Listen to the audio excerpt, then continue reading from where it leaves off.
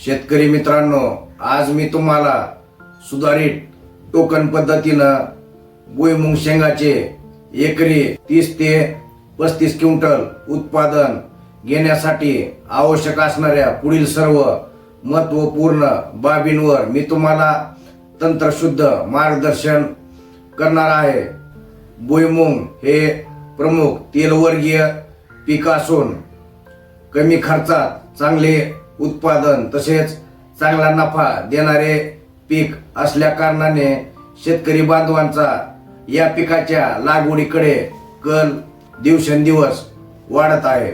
नमस्कार शेतकरी मित्रांनो, मी कृषी तज्ञ अमरसिंह लोमटे सद्गुरू ॲग्रो सर्व्हिसेसच्या यूट्यूब चॅनलवर तसेच फेसबुक व इंस्टाग्राम पेजवर सर्व शेतकरी बंधूंचे सहर्ष स्वागत करतो। व्हिडिओ चालू करण्यापूर्वी चॅनलवर नवीन असाल तर चॅनलला सबस्क्राईब करून घ्यायचं आहे, जेणेकरून भुईमुग पिकाच्या लागवडी संबंधीचे विविध व्हिडिओ आपणास या चॅनलवर पाहता येतील। सुरुवातीला पाहूया भुईमुग पिकाच्या लागवडीसाठी लागणारी जमिनीची पूर्व मशागत, त्याच पद्धतीनं भुईमुग पिकाला लागणारे हवामान याविषयी माहिती। भुईमुग पिकाच्या लागवडीसाठी आपल्याला हलकी ते मध्यम कसदार, भरपूर प्रमाणात ह्युमस व सेंद्रिय कर्ब असणारी, वालुकामय पोयटायुक्त तसेच पाण्याचा योग्य प्रकारे निचरा होणारी, भुसभुशीत असणाऱ्या जमिनीची आपल्याला भुईमुग लागवडीसाठी निवड करायची आहे। भुईमुग पिकाची लागवड करण्यापूर्वी आपल्याला जमिनीची नांगरणी करून घ्यायची आहे। त्याच पद्धतीनं जमिनीमध्ये एकरी 5 ते 6 टन चांगला कुजलेला शेणखत किंवा सेंद्रिय खताचा वापर करायचा आहे। त्यानंतर जमिनीला 1 ते 2 कुळवाच्या पाळ्या किंवा रोटावेटर मारून सर्व खत जमिनीमध्ये समसमान मिक्स करून घ्यायचं आहे। त्याच पद्धतीनं नांगरणी केल्यानंतर शक्य असेल तर आपल्याला आपल्या जमिनीचं माती परीक्षण करून देखील घ्यायचं आहे, जेणेकरून भुईमुग पिकाला लागणाऱ्या विविध अन्नद्रव्याच्या संतुलित मात्रा आपणास देता येणार आहेत। भुईमुग हे उष्ण व समशीतोष्ण हवामानात वाढणारे पीक असून या पिकाच्या योग्य वाढीसाठी थोडेसे दमट व कोरड्या हवामानाची गरज असते।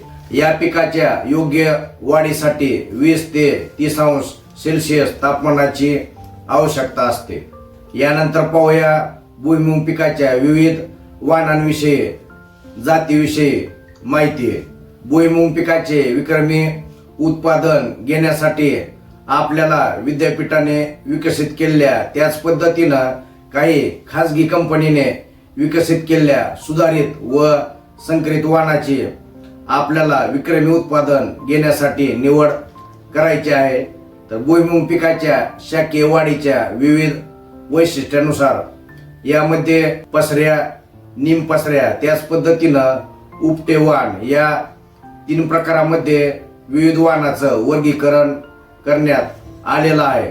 शेतकरी मित्रांनो, मी तुम्हाला स्क्रीनवर विद्यापीठानं विकसित केलेल्या विविध वाण, त्याच पद्धतीनं त्याचा लागवडीचा कालावधी तसेच त्याची वैशिष्ट्ये यांची स्क्रीनवर यादी दिलेली आहे। तर आपापल्या वातावरणात सूट होणारे वाण तसेच त्या हंगामात योग्य पद्धतीनं वाढणारे वाण याचा अभ्यास करून आपल्याला योग्य पद्धतीच्या वाणाची लागवडीसाठी निवड करायची आहे। त्याच पद्धतीनं मी तुम्हाला काही खाजगी कंपनीने विकसित केलेले सुधारित व संकरित वाण याची नावे देखील स्क्रीनवर दिलेली आहेत। तर त्या वाणाचा अभ्यास करून, वैशिष्ट्यांचा अभ्यास करून लागवडीच्या हंगामानुसार आपल्याला योग्य प्रकारच्या वाणाची विक्रमी उत्पादन घेण्यासाठी निवड करायची आहे।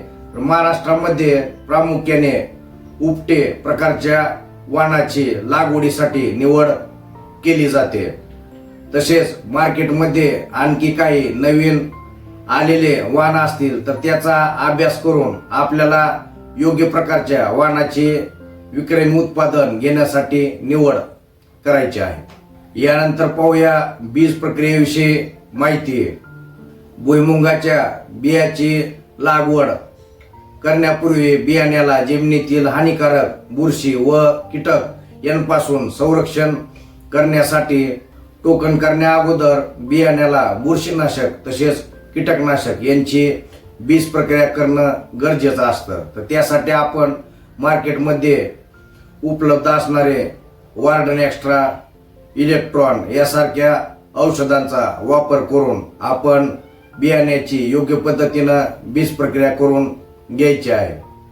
यानंतर पाहूया भुईमुग पिकाचा लागवड कालावधी, लागवडीची पद्धत, बेसल डोस तसेच एकरी लागणाऱ्या बियाण्याचे प्रमाण याविषयी माहिती। तसे पाहिले तर भुईमुग पिकाची तीनही हंगामात लागवड केली जाते।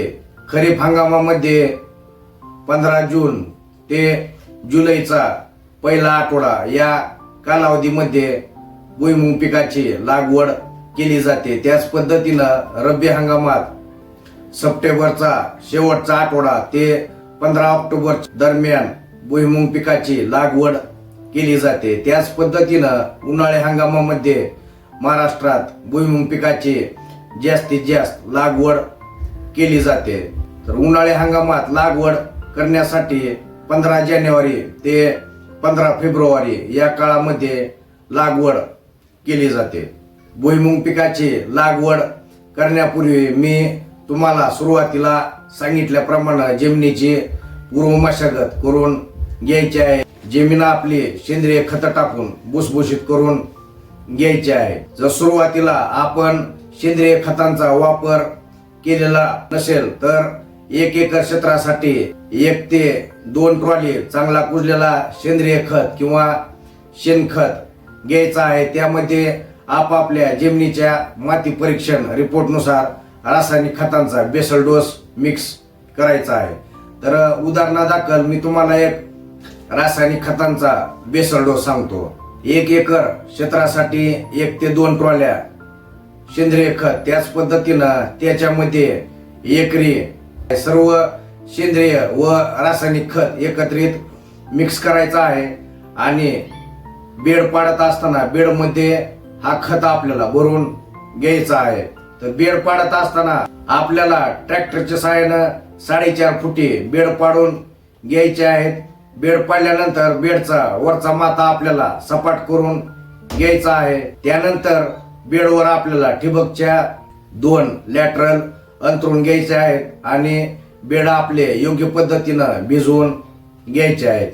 त्यानंतर दुसऱ्या तिसऱ्या दिवशी वापसा स्थिती झाल्यानंतर मजुरांच्या सहाय्यानं आपल्याला त्यावर भुईमुगाचं बियाणं टोकन करून घ्यायचं आहे। शेतकरी मित्रांनो, भुईमुग पिकाचे विक्रमी उत्पादन घेण्यासाठी आपल्याला बेड पद्धतीनं लागवड करणं अतिशय गरजेचं असतं।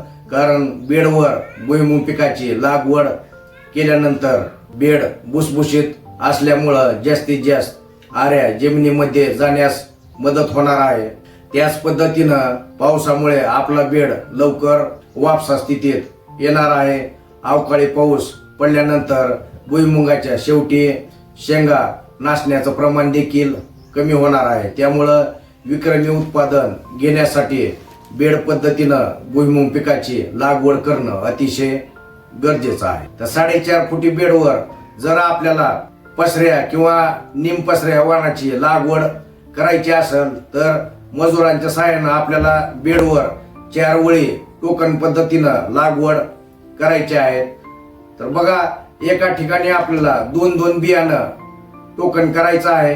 2 ओळीमध्ये आपल्याला 9 इंचाचं अंतर ठेवायचं आहे। त्याच पद्धतीनं 2 बियामध्ये आपल्याला 9 इंचाचं अंतर ठेवायचं आहे। एका ठिकाणी आपल्याला 2-2 बिया टोकन करायचं आहे।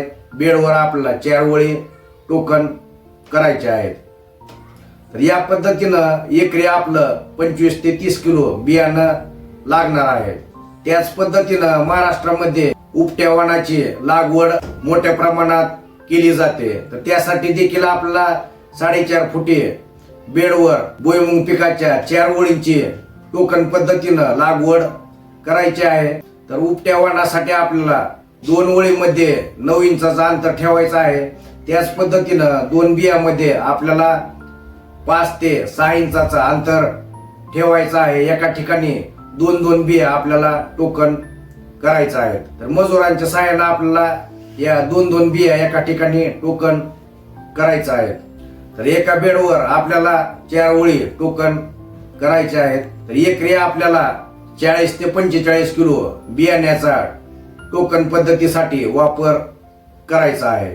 तर भुईमुगाच्या विविध वाणाच्या वैशिष्ट्यानुसार त्याच पद्धतीनं बियाण्याच्या आकारानुसार एकरी 4 ते 5 किलो बियाणं कमी जास्त आपल्याला या ठिकाणी लागू शकतं. तर या पद्धतीनं आपल्याला बेडवर 4 ओळी आपल्याला भुईमुग पिकाच्या टोकन करायचं आहे. यानंतर पाहूया भुईमुग पिकात करण्यात येणाऱ्या विविध आंतरमशागतीच्या कामांविषयी माहिती. भुईमुगाच्या बियाण्याची टोकन पद्धतीनं लागवड केल्यानंतर आपल्याला त्याला उगवण्यापर्यंत 4 ते 5 दिवसाच्या अंतरानं हलकसं पाणी द्यायचं आहे. त्यानंतर योग्य पद्धतीनं बियाणं समसमान उगवल्यानंतर आपल्याला भुईमुग पिकाला पहिली आळवणी घ्यायची आहे. तर आळवणीमध्ये आपल्याला 1 एकर क्षेत्रासाठी 1 लिटर रायझोबियम, 1 लिटर PSB म्हणजेच पुरत विरघळणारे जीवाणू, त्याच पद्धतीनं 1 किलो ट्रायकोडर्मा, एकरी 200 लिटर पाण्यामध्ये हे द्रावण मिक्स करायचं आहे आणि आपल्याला भुईमुग पिकाला ठिबकच्या माध्यमातून आळवणी घ्यायची आहे. त्याच पद्धतीनं 4 ते 5 दिवसानंतर आपल्याला मुळांच्या वाढीसाठी त्याच पद्धतीनं भरपूर फुटवा होण्यासाठी ठिबकच्या माध्यमातून योग्य प्रकारच्या विद्राव्य खताचा, कीटकनाशक, बुरशीनाशक, IBA, 6BA तसेच मायक्रोरायझा यांची आपण आलटून पालटून आळवणी घेऊ शकतो. त्याच पद्धतीनं भुईमुगाची उगवण झाल्यानंतर 8 ते 10 दिवसामध्ये जर काही ठिकाणी बियाणं आपलं उगवलं नसेल किंवा झाडं काही रोगामुळं, किडीमुळं खराब झालेले असतील तर त्या ठिकाणी मजुरांच्या सहाय्यानं दुसरं बियाणं टोकन करून घ्यायचं आहे. बियाण्याची गॅप फिलिंग करून आपल्याला घ्यायची आहे.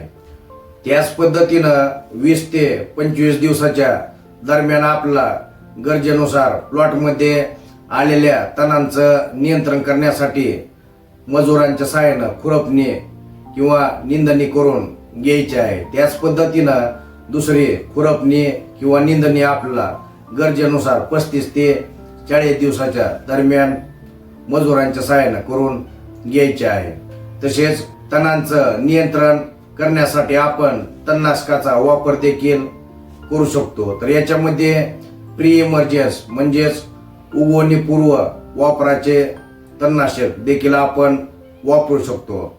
तर याच्यामध्ये मी तुम्हाला स्क्रीनवर 2 तणनाशकाची नावे दिली आहेत. भुईमुगाचे बियाणे बेडवर टोकन केल्यानंतर 48 तासाच्या आत आपल्याला पेंडॅमिथलिन किंवा डायक्लोसम या तणनाशकाचा जमिनीमध्ये ओलावा असताना वापर करायचा आहे. त्याच पद्धतीनं पोस्ट इमर्जन्स म्हणजे उगवणी नंतरच्या तणनाशकाचा वापर देखील आपण भुईमुग पिकामध्ये करू शकतो. टोकन केल्यानंतर लगेच तणनाशकाचा वापर करणं शक्य नसेल तर आपल्याला बियाणं टोकणीनंतर आपण 18 ते 22 दिवसाच्या दरम्यान पोस्ट इमर्जन्स तणनाशकाचा वापर करून तणांचं योग्य पद्धतीनं नियंत्रण करू शकतो. तर मी तुम्हाला स्क्रीनवर त्या कंपनीचं तणनाशक तसेच त्याच्या वापराचं प्रमाण दिलेलं आहे. तर तणनाशकाचा वापर त्या कंपनीच्या सल्ल्यानं तसेच जमिनीमध्ये ओलावा असताना करणं गरजेचं असतं. मार्केटमध्ये आणखी काही नवीन तणनाशक आलेले असतील तर त्याचा देखील आपण अभ्यास करून योग्य प्रकारच्या तणनाशकाचा तण नियंत्रण करण्यासाठी वापर करू शकता. त्याच पद्धतीनं 30 ते 40 दिवसाच्या दरम्यान आपल्याला खतांचा दुसरा डोस बेडवर टाकायचा आहे. उदाहरणादाखल मी तुम्हाला एक खतांचा डोस सांगतो. 1 एकर क्षेत्रासाठी सर्व खत एकत्रित मिक्स करायचा आहे आणि आपल्याला बेडवर समसमान फेकून टाकायचं आहे. त्यानंतर आपल्याला ठिबकच्या साहाय्यानं हलकसं पाणी द्यायचं आहे आणि दुसऱ्या तिसऱ्या दिवशी वापसा स्थितीमध्ये आपल्याला आपण भुईमुगाच्या बेडवर ज्या 4 ओळी लावलेल्या आहेत तर त्याच्यामध्ये छोट्या अवजाराच्या साहाय्यानं 4 फणी असणाऱ्या छोट्या अवजाराच्या साहाय्यानं बैलाच्या साहाय्यानं आपल्याला त्या अवजाराला छोटासा कपडा गुंडाळून आपल्या भुईमुग पिकाला हलकीशी मातीची भर द्यायची आहे.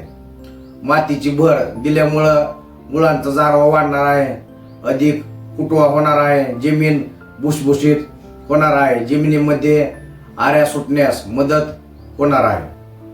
त्यामुळं भुईमुग पिकाला हलकीशी मातीची भर देणं अतिशय गरजेचं आहे. तर 30 ते 40 दिवसाच्या दरम्यान आपल्याला ही मातीची भर देण्याचं काम करायचं आहे. त्याच पद्धतीनं 40 ते 50 दिवसाच्या दरम्यान ज्यावेळेस आपल्या भुईमुग पिकाला आऱ्या सुटण्याची अवस्था चालू असते त्यावेळेस एक प्लॅस्टिकचा ड्रम किंवा लोखंडी ड्रम आपल्याला भुईमुग पिकाला पाणी देऊन भुईमुगावर फिरवायचा आहे, जेणेकरून जास्तीत जास्त फांद्यांचा जमिनीशी संपर्क होणार आहे, जमिनीला चिटकून राहणार आहेत. कारण त्या प्रत्येक फांदीतून आपल्याला आऱ्या सुटण्याचं प्रमाण वाढणार आहे. भुईमुग पिकाच्या उत्पन्नात 1 ते 2 क्विंटलनं वाढ होणार आहे. तर 40 ते 50 दिवसाच्या दरम्यान आपल्याला 5-5 दिवसाच्या अंतरानं 2 वेळेस भुईमुग पिकावर ड्रम फिरवण्याचं काम करायचं आहे, जेणेकरून जास्तीत जास्त आऱ्या आपल्या पिकाला सुटणार आहेत.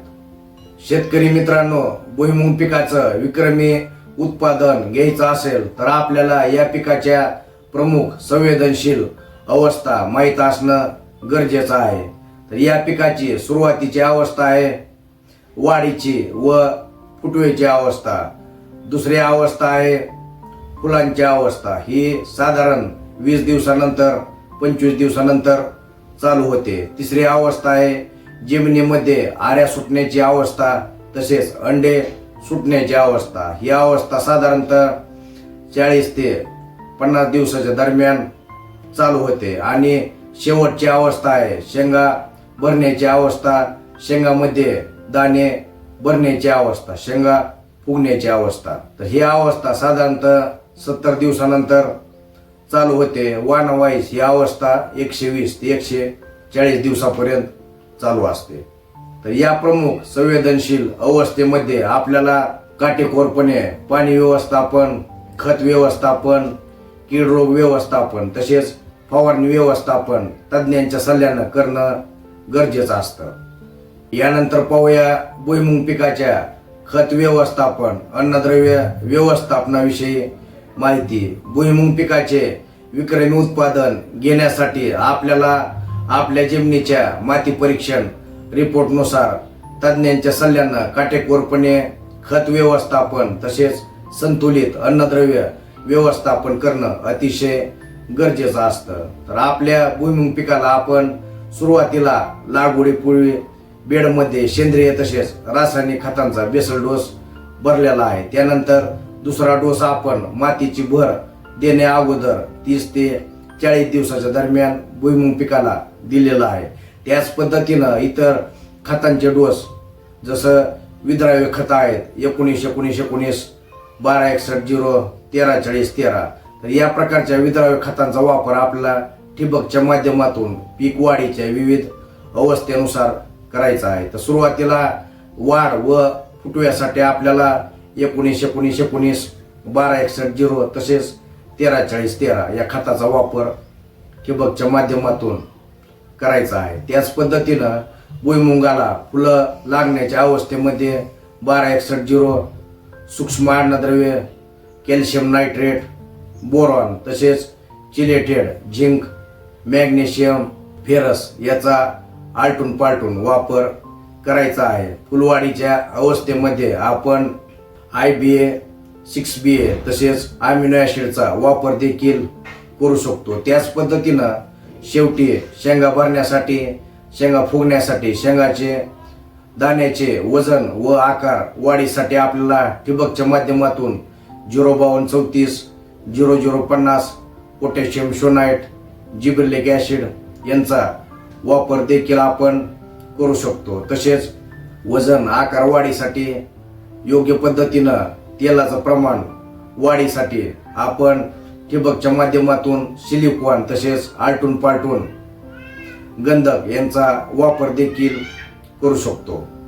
भुईमुग पिकाचे विक्रमी उत्पादन घेण्यासाठी आपल्याला ठिबकच्या माध्यमातून दर 15 दिवसाच्या अंतरानं जीवामृत, सूक्ष्म अन्नद्रव्य, मुख्य अन्नद्रव्य व दुय्यम अन्नद्रव्य यांची स्लरी, गोमूत्र, गांडूळ पाणी तसेच ताक व गुळ, त्याच पद्धतीनं वेस्ट डिकॉम्पोजर, EM द्रावण, NPK जीवाणू, त्याच पद्धतीनं झिंक व गंधक विरघळविणारे जीवाणू यांचा वापर करायचा आहे. तसेच आलटून पालटून आपल्याला ट्रायकोडर्मा, सुडोमोनस यांचा वापर देखील करायचा आहे.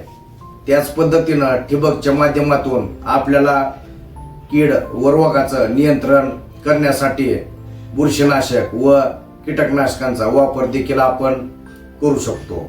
तर विक्रमी उत्पादन घेण्यासाठी सर्व खतांचं, अन्नद्रव्याचं व्यवस्थापन काटेकोरपणे तज्ज्ञांच्या सल्ल्यानं आपल्याला करायचं आहे. यानंतर पाहूया भुईमुग पिकाच्या पाणी व्यवस्थापनाबद्दल माहिती. भुईमुगाच्या बियाण्याची टोकन पद्धतीनं लागवड केल्यानंतर आपल्याला उगवणीपर्यंत 2 ते 3 पाने 3 ते 4 दिवसाच्या दरम्यान हलकं पाणी आपल्याला ठिबकच्या माध्यमातून द्यायचं आहे.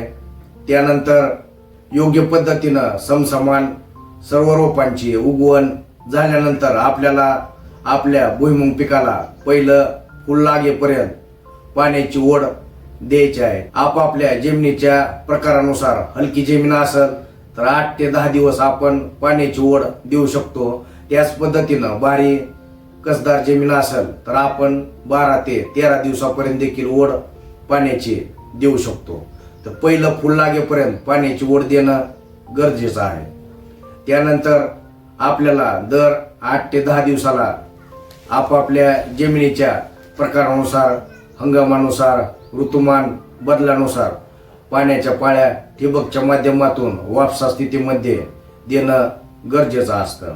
त्याच पद्धतीनं शेवटी शेंगा फुगण्याच्या अवस्थेमध्ये, शेंगा भरण्याच्या अवस्थेमध्ये आपल्या भुईमुग पिकाला पाण्याची कमतरता भासू देऊ नये.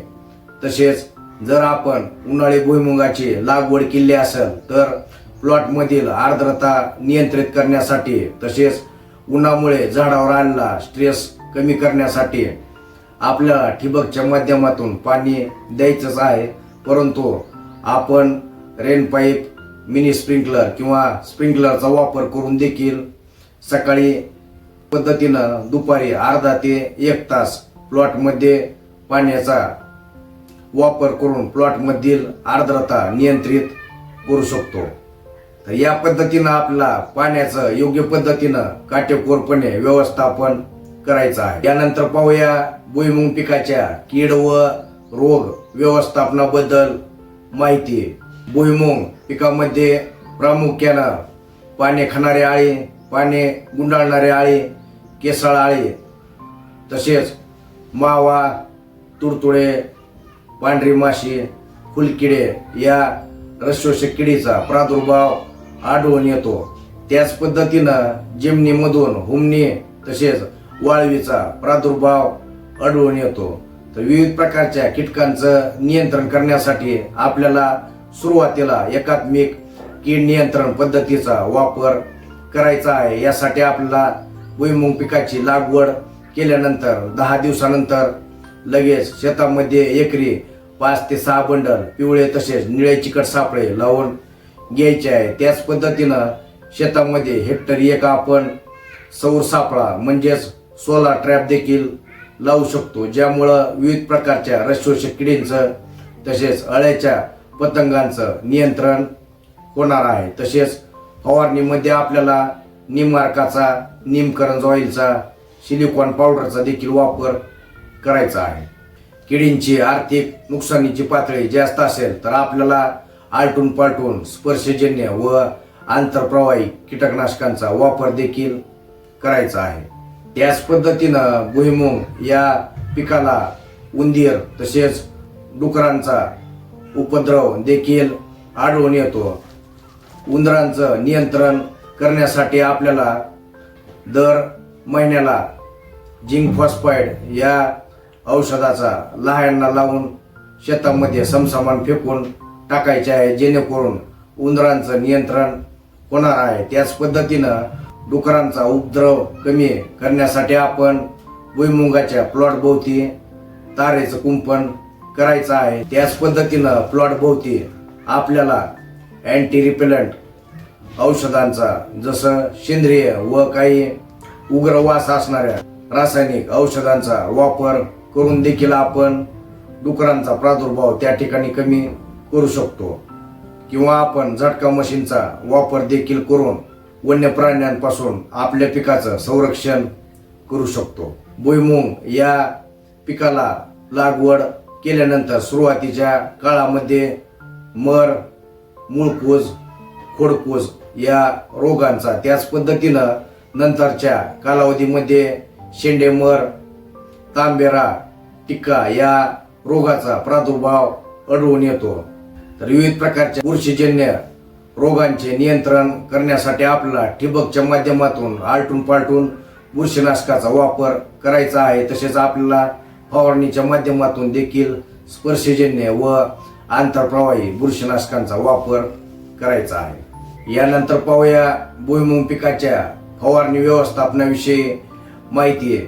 भुईमुग पिकाचे विक्रमी उत्पादन घेण्यासाठी आपल्याला हवामानात होणाऱ्या विविध बदलामुळे या पिकावर येणाऱ्या विविध रोग व किडींचं नियंत्रण व व्यवस्थापन करण्यासाठी तज्ज्ञांच्या सल्ल्यानं प्रतिबंधात्मक व उपचारात्मक फवारणीचं नियोजन व व्यवस्थापन करणं अतिशय गरजेचं असतं. तर मी तुम्हाला या पिकाच्या सांगितलेल्या प्रमुख संवेदनशील अवस्थेमध्ये फवारणीचं काटेकोर नियोजन व व्यवस्थापन करणं अतिशय गरजेचं असतं.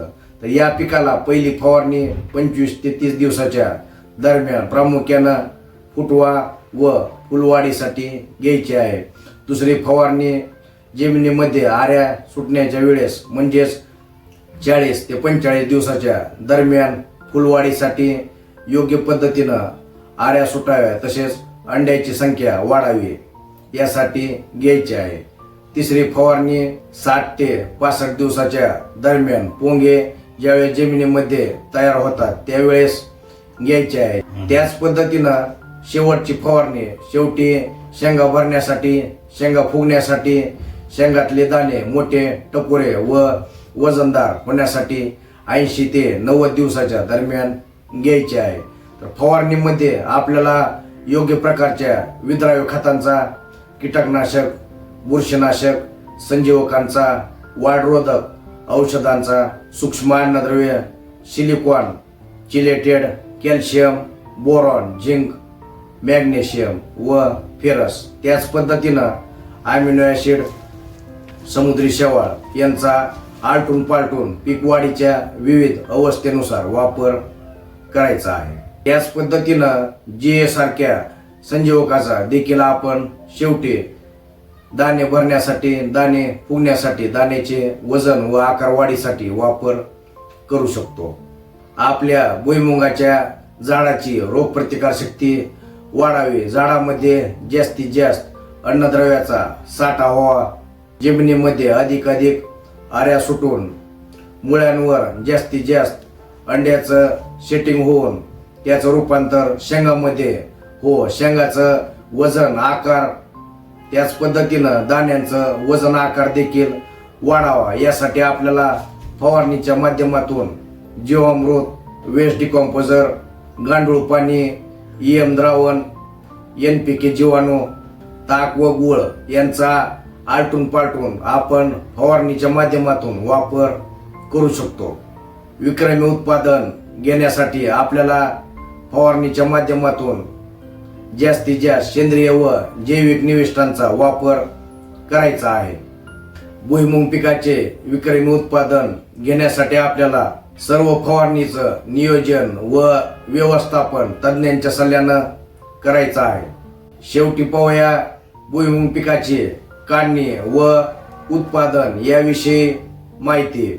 भुईमुग पिकाचा पाला पिवळा पडू लागल्यानंतर त्याच पद्धतीनं वाणावाईज जातींचा कालावधी पूर्ण झाल्यानंतर तसेच शेंगांचे टरफल टणक बनून आतल्या बाजूने काळसर झाल्यानंतर आपल्याला भुईमुगाची काढणी करायची आहे. तर त्यासाठी छोट्या ट्रॅक्टरच्या साहाय्यानं किंवा बैलांच्या साहाय्यानं बेडच्या खालून अवजार फिरवून घ्यायचं आहे. त्यानंतर मजुरांच्या साहाय्यानं आपल्याला शेंगांची तोडणी करून घ्यायची आहे. त्याच पद्धतीनं काही जमिनीमध्ये शेंगा असतील तर आपल्याला उकरून बाहेर काढायचं आहे. तर या पद्धतीनं आपल्याला आपल्या भुईमुग पिकाची काढणी करायची आहे. तर या पद्धतीनं मी तुम्हाला सुरुवातीपासून शेवटपर्यंत सांगितलेल्या प्रत्येक गोष्टीचं काटेकोरपणे नियोजन व व्यवस्थापन तज्ज्ञांच्या सल्ल्यानं केल्यास त्याच पद्धतीनं वातावरणाने आपल्याला साथ दिल्यास आपण भुईमुग शेंगांचं एकरी 30 ते 35 क्विंटल उत्पादन घेऊ शकतो. भुईमुग पिकाचे विक्रमी उत्पादन काढण्यासाठी आवश्यक असणाऱ्या संपूर्ण मार्गदर्शनासाठी त्याच पद्धतीनं आपल्या जमिनीचे आरोग्य चांगले ठेवून त्याच पद्धतीनं शेतीचा उत्पादन खर्च कमी करून जास्तीत जास्त उत्पादन काढण्यासाठी आजच आपल्याला सद्गुरू ॲग्रो सर्व्हिसेस डोकी यांच्याशी संपर्क साधायचा आहे. आशा करतो की आजच्या या महत्वपूर्ण माहितीमुळं मार्गदर्शनामुळं आपल्या भुईमुग पिकाचं उत्पादन वाढण्यास नक्कीच मदत होणार आहे. त्यामुळे व्हिडिओ आवडला असेल तर व्हिडिओला लाईक करा. त्याच पद्धतीनं हा व्हिडिओ जास्तीत जास्त भुईमुग उत्पादक शेतकरी बांधवांपर्यंत शेअर करा जेणेकरून त्यांच्या भुईमुग पिकाचं उत्पादन वाढण्यास मदत होणार आहे. त्याच पद्धतीनं आणखी इतर कोणत्या पिकाविषयी आपल्याला माहिती हवी असल्यास मला कमेंटमध्ये कळवा. शेतकरी मित्रांनो, लवकरच आपल्या चॅनलवर खोडवा ऊसाचे सुधारित पद्धतीनं व्यवस्थापन करून एकरी 100 ते 125 टन उत्पादन आपण कशा पद्धतीनं घेऊ शकतो याविषयीचा व्हिडिओ आपल्या चॅनलवर लवकरच प्रसारित करण्यात येणार आहे. तो व्हिडिओ पाहण्यासाठी चॅनलला सबस्क्राईब करा. लवकरच भेटूया पुढच्या व्हिडिओ सोबत. धन्यवाद.